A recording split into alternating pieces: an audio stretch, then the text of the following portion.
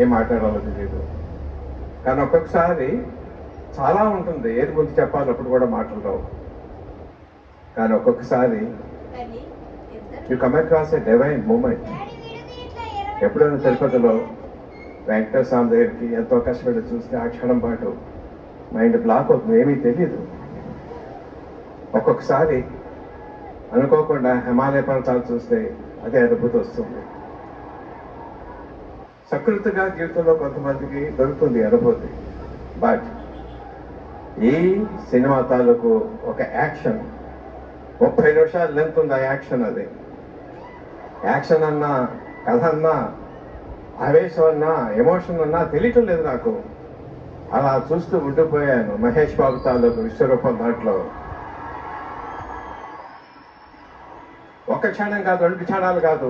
అదా డబ్బింగ్ లేదు, వెనకాల సీజీ లేదు, రీరికార్డింగ్ లేదు.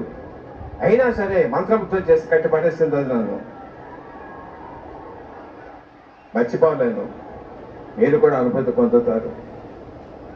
కానీ దీని విజయం వెనకాల ఆలోచించుకోవాలంటే ఇది కథ రాసిన నేను కాంచి అనుకోవాలా, మాటలు రాసిన దేవకట్ట గారా, కెమెరా చేసిన బృందా గారు, ఒక్కొక్కరు అందరూ చేశారు. కానీ తెర మీద నటించిన ప్రొడ్యూస్ కుమారన్ గారా, ప్రియాంక చోప్రా గారా, మహేష్ బాబు గారా, తీసిన రాజమౌళియా. కానీ అది కూడా కాదు.